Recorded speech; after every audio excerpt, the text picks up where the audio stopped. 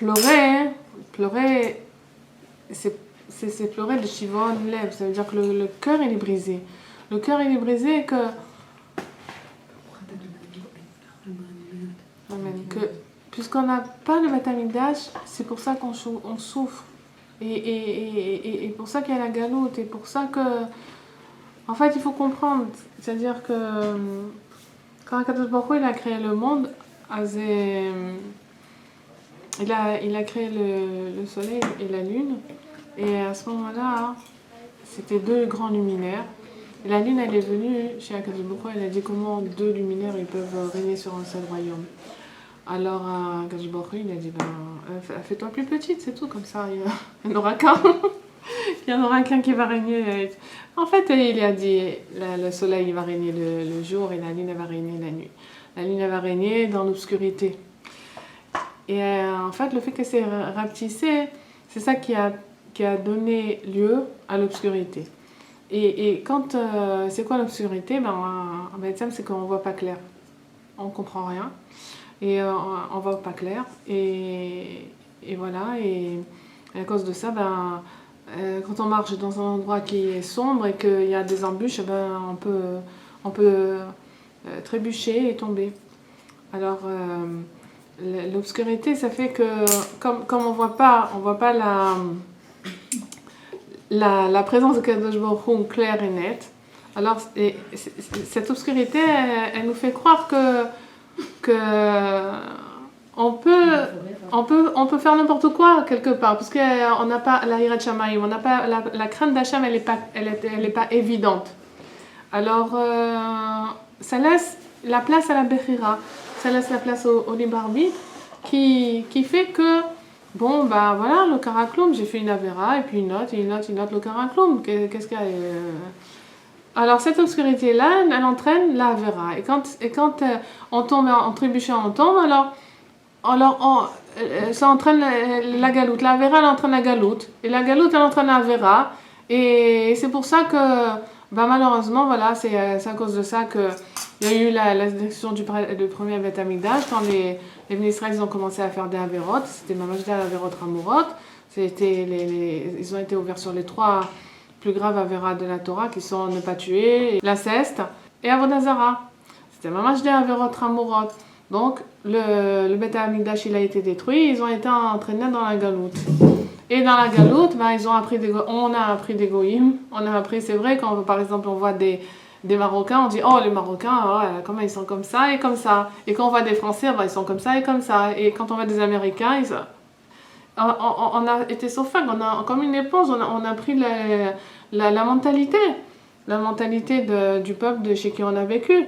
Donc c'est une mentalité, c'est une façon de vivre, de penser, et qui est loin d'être la façon de vivre et de penser qu'Akadosh Baruch Hu il nous a assigné quand il nous a donné la Torah, Michlal.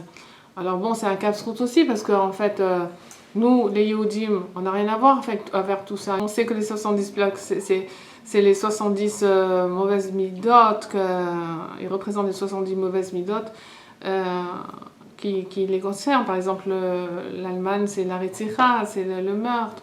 Les Arabes, c'est le vol. Chaque peuple, il a son paquet, quoi. Il a sa avéra. Et quand on va et qu'on baigne pendant des années, des dizaines, des centaines d'années dans un peuple, alors automatiquement, malheureusement, on acquiert les mauvaises midotes. Alors, c'est très difficile. Malgré tout, après le premier Beth Amikdash, il y a eu le deuxième, et à cause de Sinatrinam, alors on a perdu aussi.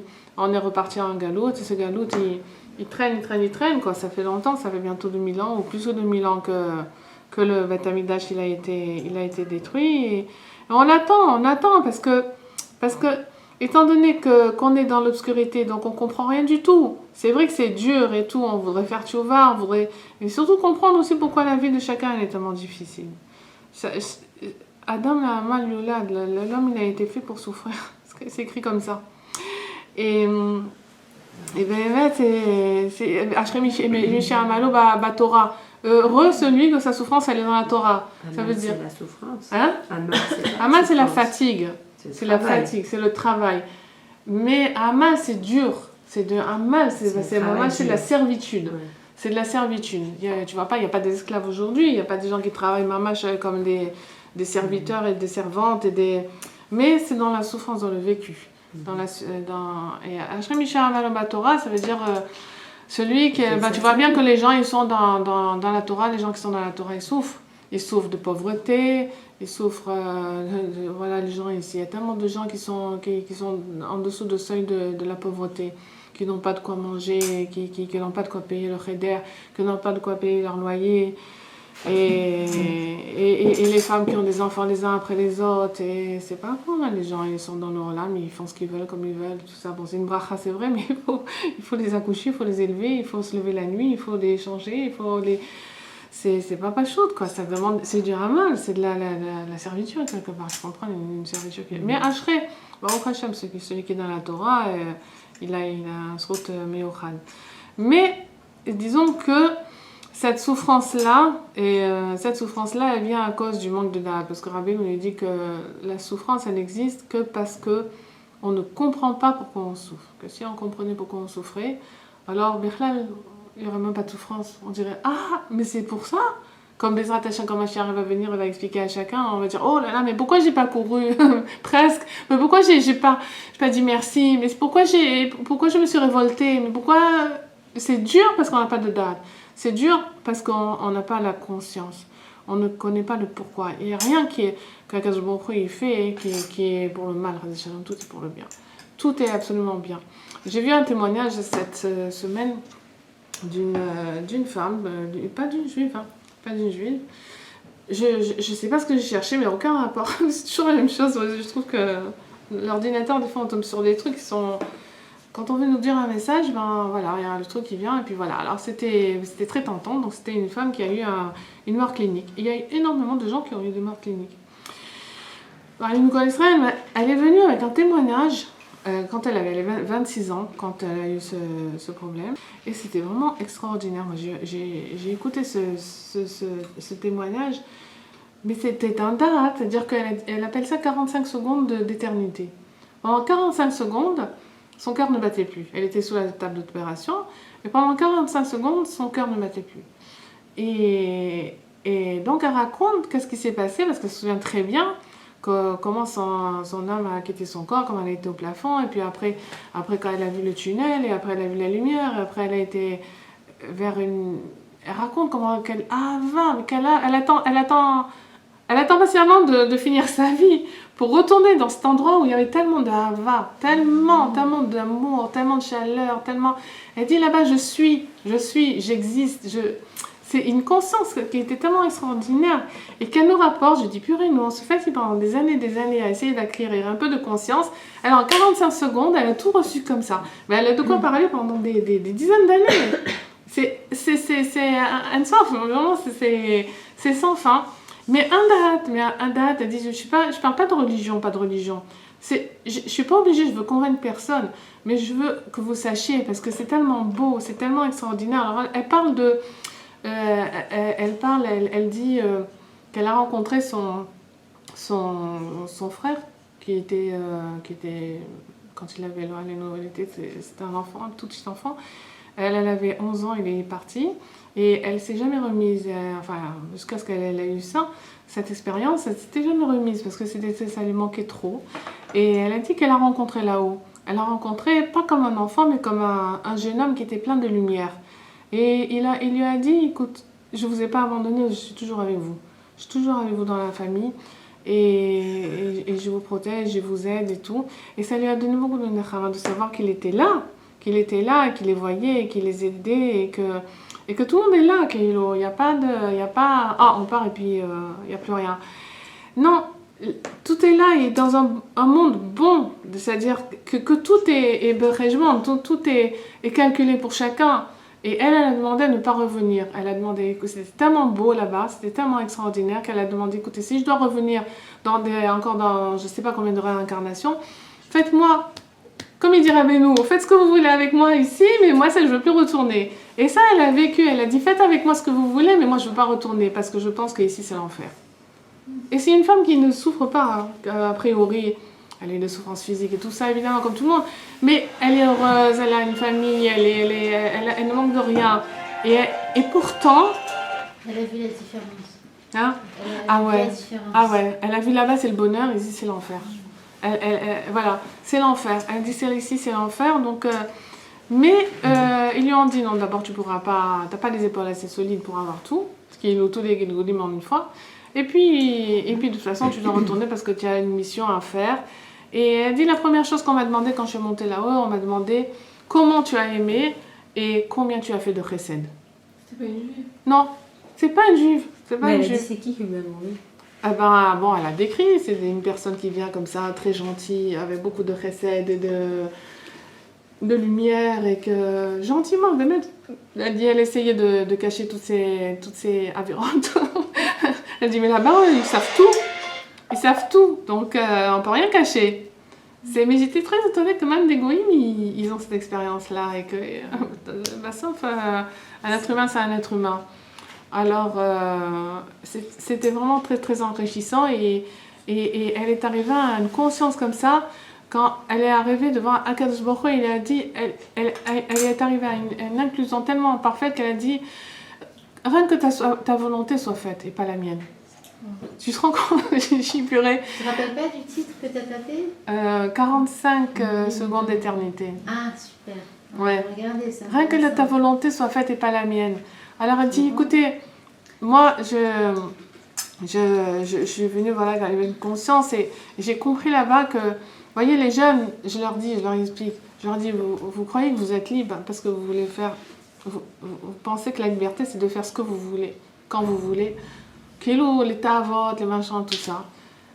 Elle a dit là-bas, on a conscience que la vraie liberté c'est de se séparer de tout ça, de ces addictions, de ces tavotes-là. C'est ça, on est enfermé. Quand on est dans les tavotes, on est enfermé en elles et on est vraiment esclave. Elle dit, la liberté, c'est mamache de se séparer de tout ce qui était matériel et de... Je sais pas, dans quoi, je sais pas, elle n'a pas pu dire que c'était dans la fila. Enfin, nous, on a un programme. Bon, ben voilà, elle a aucune peur, aucune méfiance, qu'un truc, elle attend que... c'est marrant, hein. Mais voilà, une fois, il y avait un massé comme ça, hein, le grand-père de Rav Freshin, il était venu, Rav Freshin, c'était un grand esclaveur de la génération d'avant.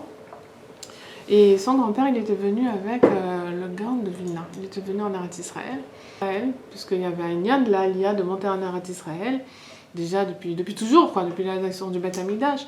Et il était venu donc avec ce bateau. Et quand les Béné Israël ils arrivaient, les Juifs ils venaient de diaspora, il y a 200 ans peut-être, 150 ans, on va dire 150 ans. Alors les Arabes ils savaient ça, les Anglais ils savaient ça, et malheureusement il y avait, les habitants, les Arabes et tout ça, ils venaient, ils pillaient, parce qu'ils savaient qu'ils venaient avec tous leurs biens. Alors quand le bateau arrivait, s'ils n'avaient pas de mazal, ils se faisaient agresser ou tuer ou voler par des bandes de brigands. Peut-être pas à l'arrivée au port, mais en tout cas, vous savez, il y avait des caravanes avec les chameaux et tout ça, il n'y avait pas les voitures, il n'y avait pas les camions Haas, et il y avait des chaînes des caravanes, ils voyageaient tous ensemble évidemment, parce que pour être en force, mais là, quand c'était des Juifs, ils n'étaient pas en force parce qu'ils ne savaient pas se battre, les relais, et puis il n'y avait pas la police à l'époque. Top. Alors, ils se sont fait attaquer. Tous ces Juifs-là, ils se sont fait, je ne sais pas s'ils allaient vers Sfat ou vers Yerushalayim, ils se sont fait attaquer par des brigands. Et donc, il y avait le grand-père de Rav Freshin qui était dans ce groupe-là, et il a remarqué que le chef des brigands, c'était un Juif. Alors il lui a dit, tu sais, c'est pas bien ce que tu fais et tout, tu es juif comme nous et c'est pas bien parce qu'après tu vas être puni et l'Okeda, c'est pas bien que tu fasses ça. Alors le juif c'était quelqu'un qui s'était très éloigné auparavant, peut-être était dans une famille religieuse, mais bon, le manque et est-ce que je sais, il s'est fait entraîner et il est devenu chef des brigands. Il a dit, ok d'accord, alors si tu es capable de me faire tchouva en 1 minute, alors, je te promets que j'arrêterai de faire des méfaits, d'attaquer les gens, de les tuer, de les voler. Et il a dit d'accord. Il a sorti un foulard rouge et il a passé devant les yeux. tout de suite, il s'est jeté par terre, il a commencé à faire le vidou, à dire pardon, je vais faire tchouva. Et ben maintenant, il n'a pas fait semblant du tout. Non seulement qu'il les a pas volés, mais qu'il était tellement riche, parce qu'il en avait volé des gens, hein, malheureusement, qu'il les a entretenus, c'est-à-dire, je ne sais pas s'il a ouvert un collège ou quoi, mais en tout cas, ses familles les a entretenus jusqu'à la fin de sa vie. Alors, qu'est-ce qui s'est passé? C'est que quand il lui a mis le foulard rouge devant les yeux, il a vu une seconde le Guéhinnom. Ça lui a suffi. Celle-là, elle a vu 45 secondes, le Olam Haelyon. Ça lui a suffi. Et celui-là, c'était un juif évidemment, il a vu le Guéhinnom, il a été Ma'amin Be'emunah Shlema, que le Guéhinnom existe, et que s'il continue comme ça, il va y aller, quoi, Chas Shalom. Et il a fait Tchouva Shlema, ala makom, mamash ala makom. Tout notre problème, c'est qu'on a la Bechira, on a le libre arbitre. On croit que si... on peut faire, peut-être oui, peut-être non, c'est pas grave. Mais tout notre mérite à nous, c'est de se conscientiser tout en sachant que ça existe, Bémet, de se conscientiser sur ça et de savoir que ça existe et que on va faire tout pour ne pas aller au Guéhinnom. On va faire tout. Bien sûr, bon, c'est pas une chose évidente, même si on le sait avec notre esprit, mais dans le vécu. Moi, en tout cas, je peux vous dire que, bon, je suis très sensible à la douleur. Hein, on ne va pas en faire une généralité. Mais, bon, quand je me suis mariée, j'ai eu mon premier enfant à 20 ans. Je ne savais pas vers quoi j'allais. L'accouchement, je ne savais pas du tout. J'étais comme une fille de Mahacharim, j'ai très tamée, mais tout ça, je ne savais pas où j'allais. Mais bon, ben... premier accouchement, j'ai compris que le Guéhinnom existait. Moi, je suis émette, hein. Je ne vais pas vous raconter des histoires. Hein. Mais voilà, parce que je ne savais pas. Et voilà, les personnes qui m'avaient averti, il n'y avait pas tous ces cours qu'il y a aujourd'hui. Hein. Aujourd'hui, les Baruch Hashem elles sont très Baruch Hashem suivies. Et c'est pas du tout la même chose quand on est suivi. Quand on arrive devant un truc que je ne savais pas. Alors c'était un petit peu un choc parce que justement j'étais pas avertie. Mais tu vois, parce que tu as les contractions, tu vas de plus en plus, tu peux pas prendre la calmant, il n'y a personne qui peut t'aider, tu vas de plus en plus, tu te dis mais c'est pas possible, voilà. Et à l'époque, il n'y avait pas de péridurale, hein. À l'époque, ça n'existait pas la péridurale. Aujourd'hui, on va accoucher comme, je sais pas moi, comme quoi. Comme une lettre à la poste. Sans aucune douleur, hein, c'est pas dire. Sinon je n'aurais peut-être pas parlé. Aujourd'hui vraiment on a tellement de possibilités, je veux dire de ne pas du tout souffrir. C'est pas question, le problème il n'est pas là. C'est que on a des notions comme ça que on essaye d'intégrer, mais des fois quand il nous ouvre une porte que dans ce monde, on croit, bon, quelqu'un il a mal à la tête, il va prendre un camol, il a mal au pied, il va à Copatrolim, on lui donne un truc, il va faire un pansement, un machin, tu vois, une solution à tout. Et il y a pas de camol, il n'y a pas de solution, il n'y a pas de truc, et les Tovat tellement,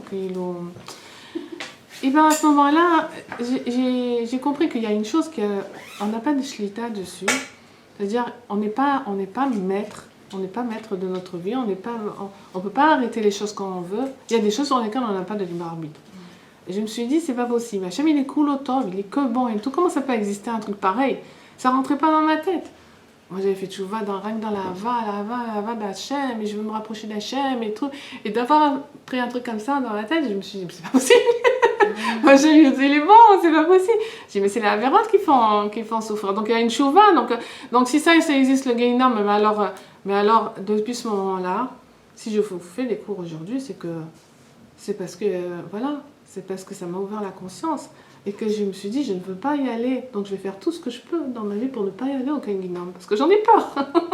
Parce que je suis consciente qu'il existe. Et j'ai dit, Ribono Shel Olam, je ferai tout. Mais Ezrat Hashem, amen. Normalement, les femmes vont pas au Guéhinnom. Non, parce qu'il paraît qu'elles souffrent tellement dans ce monde que elles n'ont pas besoin du Guéhinnom. Ça, c'est ça. Hein? Pourquoi t'as fait revenir? Ah bah parce qu'on sait jamais, hein, tu sais, m'arrive de faire des Yashonara, les Shamshamay, ils m'ont dit. Et voilà, ça a été mon leitmotiv. mon leitmotiv après j'ai dit je ferai tout, mais Ratachem pour ne pas aller non, parce que j'en ai conscience. J'en ai conscience. Pourquoi j'en ai eu conscience? Parce que je l'ai tiré cette conscience aussi. Je l'ai tiré, j'aurais pu ne pas comprendre ça, ne pas faire le rapport avec ça aussi. J'aurais pu vivre mon truc, c'est tout, voilà. Bon, voilà, j'ai faire par un enfant, c'est tout. Mais, non, j'ai fait... Mais moi, je sais qu'on a été élevés comme ça dans l'école juive, de la peur, tu vois, de fais ça sur Gan Eden, et si tu fais pas...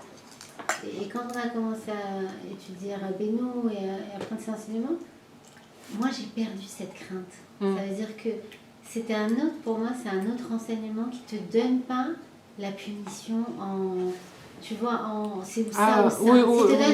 Il te donne vraiment que la pnimiout, que tu vas tellement aimer la chose, que tu vas oublier l'histoire du Guéhinam. Oui, c'est ça. Tu n'es pas dans la peur de la punition.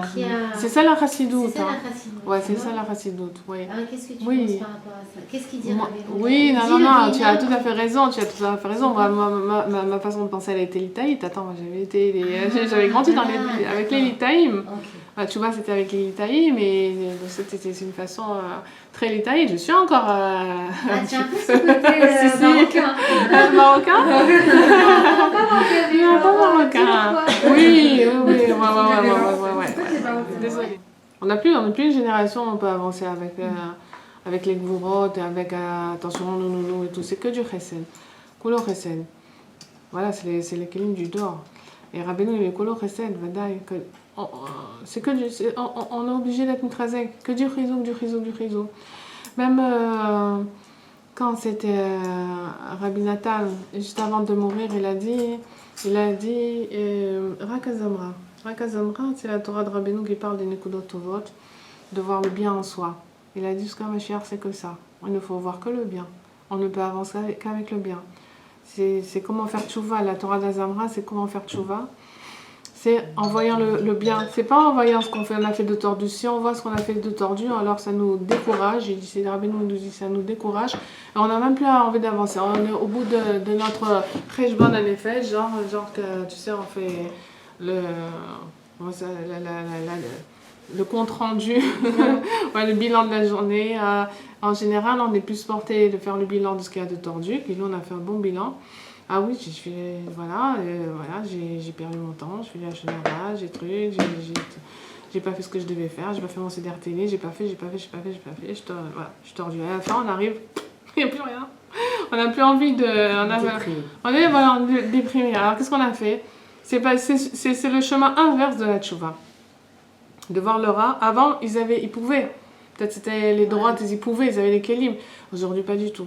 Rabbeinu il dit Rak, Azamra, que voir le tov, et de voir les Nekudot Tovot. Tu veux faire Cheshbon HaNefesh? Fais Cheshbon HaNefesh sur ce que tu as fait de bien aujourd'hui. Et je peux vous dire que si vous prenez une feuille, et que sur une feuille, pas Stam Kara, sur une feuille, le compte rendu de ce que j'ai fait depuis que je me suis réveillée le matin, vous allez être étonné, mamash, de tout le tov. Et sur ce qu'il y a de tordu, on demande à Akadosh Baruch Hu, voilà, moi je suis un ben Adam, après tout, tu m'as créé avec un Yetzer Hara, qui est Yetzer Adam Rabbeinu Rav, depuis que la personne est née, elle est rare, un enfant jusqu'à 13 ans, et un garçon jusqu'à 13 ans, une fille jusqu'à 12 ans, elle n'a pas d'Yetzer Tov, elle n'a pas de Neshama, elle n'a pas de Rabbeinu Rav. C'est-à-dire qu'il y a Yetzer Adam, Rabbeinu Rav, il n'y a que lui. On apprend, on est mechaner, on aide les enfants, tout ça, à prendre des habitudes de Tov. Mais Akadosh Baruch Hu, il nous a créé avec Yetzer Hara, donc c'est pas de notre faute. Nous, on peut dire, mais moi, je voulais pas faire cette avéra, moi, je voulais pas, dans mon origine, je suis Tov, je coule au Tov. Mais qu'est-ce que je vais faire, moi, si tu m'as mis du Yetzer Hara? Tu voulais que je sois cool au Tov, tu m'aurais créé malard, j'aurais été malard, mais tu me mets du Yetzer Hara. Comment tu veux que je fasse? Avec toutes les provocations qu'il y a dans notre monde, avec le téléphone, avec tout est ouvert, toutes les portes elles sont ouvertes. N'importe qui peut rentrer dans n'importe quelle porte aujourd'hui. Un Yetzirah comme il n'y a jamais eu dans toutes les générations. Maman, jamais. Jamais, le Yetzirah, il était mamache dans la maison, à la portée dans un objet, qu'on met dans le creux de la main et qu'on rentre dans le monde entier, dans toutes les ta'avot du monde entier au creux de la main. C'est mamache, c'est Nora Vayom.